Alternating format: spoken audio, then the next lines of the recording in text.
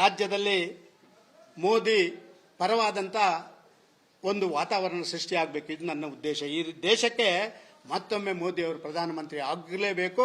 ಅವರೊಬ್ಬ ಪರಿವರ್ತನೆಯ ಹರಿಕಾರ. ಭಾರತ ದೇಶವನ್ನು ಸ್ವಾತಂತ್ರ್ಯ ನಂತರದ ಕಳೆದ 10 ವರ್ಷಗಳಲ್ಲಿ ಮಾಡಿದಂಥ ಪರಿವರ್ತನೆ, ಅದಕ್ಕೆ ಇನ್ನಷ್ಟು ವೇಗ ಸಿಕ್ಕಬೇಕು ಅಂತ ಹೇಳುವಂಥದ್ದು ಅದು ನನ್ನ ಮನಸ್ಸಿನ ಭಾವನೆ. ಆದ ಕಾರಣ ದೇಶದಲ್ಲಿ ಮತ್ತೊಮ್ಮೆ ಪ್ರಧಾನಮಂತ್ರಿ ನರೇಂದ್ರ ಮೋದಿಯವರು ಆಗಲೇಬೇಕು. ಇದಕ್ಕಾಗಿ ರಾಜ್ಯದಲ್ಲಿ ಬಿಜೆಪಿ ಜನಪರವಾದಂಥ ಮತ್ತು ಜನರಿಂದ ಒಪ್ಪಿಗೆ ಪಡೆದುಕೊಳ್ಳುವಂಥ ಒಂದು ಪಕ್ಷ ಆಗಬೇಕು. ಇದು ನಾನು ಮತ್ತೆ ಒತ್ತಿ ಹೇಳ್ತೀನಿ. ಇದಕ್ಕಾಗಿಯೇ ಮೋದಿಯವರು ಪ್ರಧಾನಮಂತ್ರಿ ಆಗಲಿಕ್ಕೆ ಬೇಕಾಗಿ ರಾಜ್ಯದಲ್ಲಿ ಬಿಜೆಪಿ ಒಂದು ಜನಪರವಾದ ಮತ್ತು ಜನ ಒಪ್ಪಿಕೊಳ್ಳಬಲ್ಲಂತ ಒಂದು ಪಕ್ಷವಾಗಿ ಪರಿವರ್ತನೆ ಆಗಬೇಕು. ಕಳೆದ ವಿಧಾನಸಭೆಯ ಸೋಲಿನ ನಂತರ ಜನ ಭಾರತೀಯ ಜನತಾ ಪಾರ್ಟಿಯ ಮೇಲೆ, ಅದು 40% ಸರ್ಕಾರ ಇರಬಹುದು, ಸ್ವಜನ ಪಕ್ಷಪಾತ ಮಾಡುವಂತಹ ಒಂದು ಪಕ್ಷ ಅಂತ ಇರಬಹುದು, ಈ ರೀತಿ ಬೇರೆ ಬೇರೆ ರೀತಿಯಲ್ಲಿ ನಮ್ಮನ್ನು ದೂರ ಇಟ್ಟದನ್ನು ನಾವು ಕಂಡಿದ್ದೀವಿ. ಇದು ಆಗಬಾರದು. ಇದಕ್ಕಾಗಿಯೇ ನಾನು ಹೇಳ್ತಾ ಇರುವಂಥದ್ದು, ಮೋದಿಯವರ ಆ ಭಾರತೀಯ ಜನತಾ ಪಾರ್ಟಿ ಅದು ಕರ್ನಾಟಕ ರಾಜ್ಯದಲ್ಲಿ ಇರಬೇಕು. ಮೋದಿಯವರು ಹೇಳಿದಂಥ ಪರಿವಾರವಾದ, ಮೋದಿಯವರು ಹೇಳಿದಂಥ ಭ್ರಷ್ಟಾಚಾರವಾದ, ಮೋದಿಯವರು ಹೇಳಿದಂಥ ಜಾತಿವಾದ, ಇದರಿಂದ ಮುಕ್ತವಾದಂಥ ಒಂದು ಪಕ್ಷ ಅದು ಕರ್ನಾಟಕದಲ್ಲಿ ಭಾರತೀಯ ಜನತಾ ಪಾರ್ಟಿ ಆಗಬೇಕು. ಅದಕ್ಕಾಗಿ ನಿರಂತರವಾದಂಥ ಹೋರಾಟ ನನ್ನ ಕಡೆಯಿಂದ ನಡೆಯುತ್ತಾನೇ ಇರ್ತದೆ. ತುಂಬ ಜನ ಪ್ರಶ್ನೆ ಮಾಡಬಹುದು, ಸದಾನಂದ್ರ ಏನು ಮಾಡ್ತಾರಪ್ಪ, ಬೇರೆಯವರು ಬಾರಿ ಜೋರು ಮಾತಾಡುವವರೆಲ್ಲ ಬಿಜೆಪಿಯಲ್ಲಿದ್ದಾರೆ, ಸದಾನಂದ ಗೌಡರು ಏನು ಮಾಡ್ಯಾರು ಅಂತ ಹೇಳುವಂಥದ್ದೊಂದು ಮಾತಿದೆ.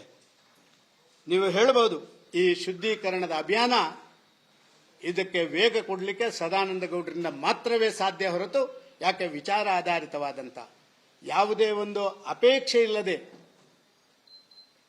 ಪಕ್ಷಕ್ಕಾಗಿ ಕೆಲಸ ಮಾಡುವಂಥ ಒಬ್ಬ ನಿಷ್ಠಾವಂತ ಕಾರ್ಯಕರ್ತ ಆದ ಕಾರಣ ಇದಕ್ಕೆ ವೇಗ ಕೊಡಲಿಕ್ಕೆ ಸದಾನಂದ ಗೌಡರಿಂದ ಈ ಶುದ್ಧೀಕರಣಕ್ಕೆ ಸಾಧ್ಯ ಅಂತ ನಾನು ಹೇಳಲಿಕ್ಕೆ ಇಚ್ಛಪಡ್ತಾ ಇದ್ದೇನೆ. ಶುದ್ಧೀಕರಣ ಇದು ಸಿಂಗಲ್ ಮ್ಯಾನ್ ಆರ್ಮಿಯಾ ಅಂತ ನೀವು ಕೇಳಬಹುದು. ಸಿಂಗಲ್ ಮ್ಯಾನ್ ಆರ್ಮಿ ಅಲ್ಲ. ನೀವು ನೋಡಿದಿರಿ, ನಮ್ಮಲ್ಲಿ ಪೂಜೆ ಮಾಡಲಿಕ್ಕೆ ಒಂದಷ್ಟು ಪುರೋಹಿತರು ಬರ್ತಾರೆ. ಆದರೆ ಆ ಶುದ್ಧೀಕರಣ ಮಾಡುವಂಥವರು ಒಬ್ಬರು ಪ್ರಮುಖ ಪುರೋಹಿತರು ಮಾತ್ರ ಶುದ್ಧೀಕರಣ ಮಾಡ್ತಾರೆ, ಬಾಕಿಯೆಲ್ಲ ಪುರೋಹಿತರಿದ್ದಾರೆ. ಈಗಲೂ ಕೂಡ ನನ್ನ ಪಾರ್ಟಿಯಲ್ಲಿ ಒಂದಷ್ಟು ಜನ ಈ ಶುದ್ಧೀಕರಣದ ಕಡೆ ಹೋಗಬೇಕು ಅಂತ ಹೇಳುವಂಥ ಮಾನಸಿಕತೆಯಲ್ಲಿರುವಂಥದ್ದನ್ನಿದ್ದಾರೆ. ಅವರ ಹೆಜ್ಜೆಗಳು ಸ್ವಲ್ಪ ಅಲ್ಲಿ ಇಲ್ಲಿ ಬೇರೆ ಬೇರೆ ಆಗಿರಬಹುದು. ಆದರೆ ಇದು ಒಂದು ಹಂತದಲ್ಲಿ ಕ್ರೋಢೀಕರಣ ಆಗ್ತದೆ ಅಂತ ನಾನು ಭಾವಿಸ್ತಾ ಇದ್ದೇನೆ. ಇನ್ನು ನನಗೆ ಭಾರಿ ಪ್ರಾಮುಖ್ಯವಾಗಿರುವಂಥದ್ದು, ಈ ಪಕ್ಷ ಕರ್ನಾಟಕ ರಾಜ್ಯದಲ್ಲಿ ಸ್ವಲ್ಪ ಇದರ ಜವಾಬ್ದಾರಿ ವಹಿಸಿಕೊಂಡವರೆಲ್ಲ ಸ್ವಾರ್ಥಿಗಳಾಗಿದ್ದಾರೆ. ಅದು ತಾನು ತನ್ನ ಮಕ್ಕಳಿಗೆ, ತನ್ನ ಕುಟುಂಬದವರಿಗೆ, ತನ್ನ ಜಾತಿಯವರಿಗೆ, ನಮ್ಮ ಸಂಬಂಧಿಕರಿಗೆ, ನನ್ನ ಚೇಲಗಳಿಗೆ ಇರುವಂಥ ಪಾರ್ಟಿ ಅಂತ ಹೇಳುವಂಥದ್ದನ್ನು ಮಾಡುವಂಥದ್ದು ಕರ್ನಾಟಕದ ಸಾಮಾನ್ಯ ಜನ ಮಾತಾಡುವಂಥ ಕೆಲಸ ಕಾರ್ಯಗಳಾಗಿದೆ. ಇದರಿಂದ ಮುಕ್ತ ಆಗಬೇಕು ಈ ಪಾರ್ಟಿ.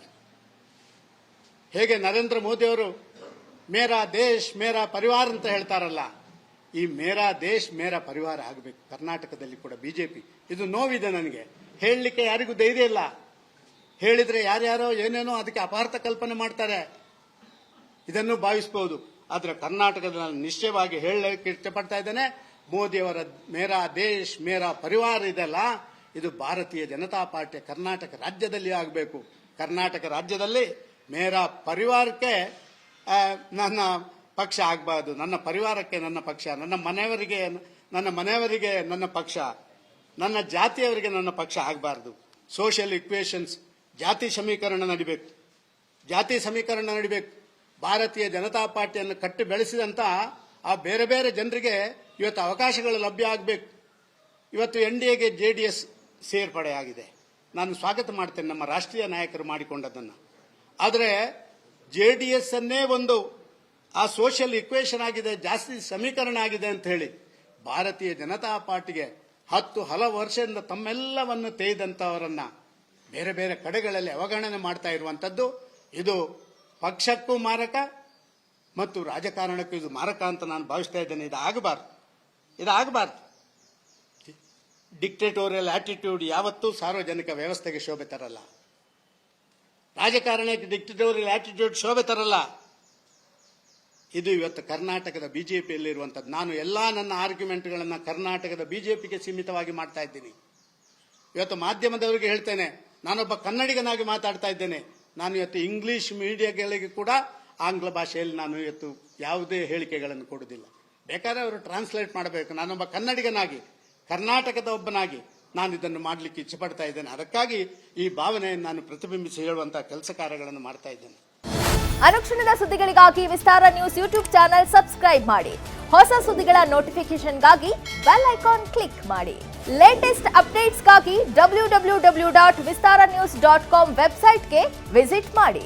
ಅಂಗೈಯಲ್ಲೇ ಜಗತ್ತಿನ ಸುದ್ದಿ ತಿಳಿಯಲು ವಿಸ್ತಾರ ನ್ಯೂಸ್ ಕನ್ನಡ ಆಪ್ ಡೌನ್ಲೋಡ್ ಮಾಡಿ.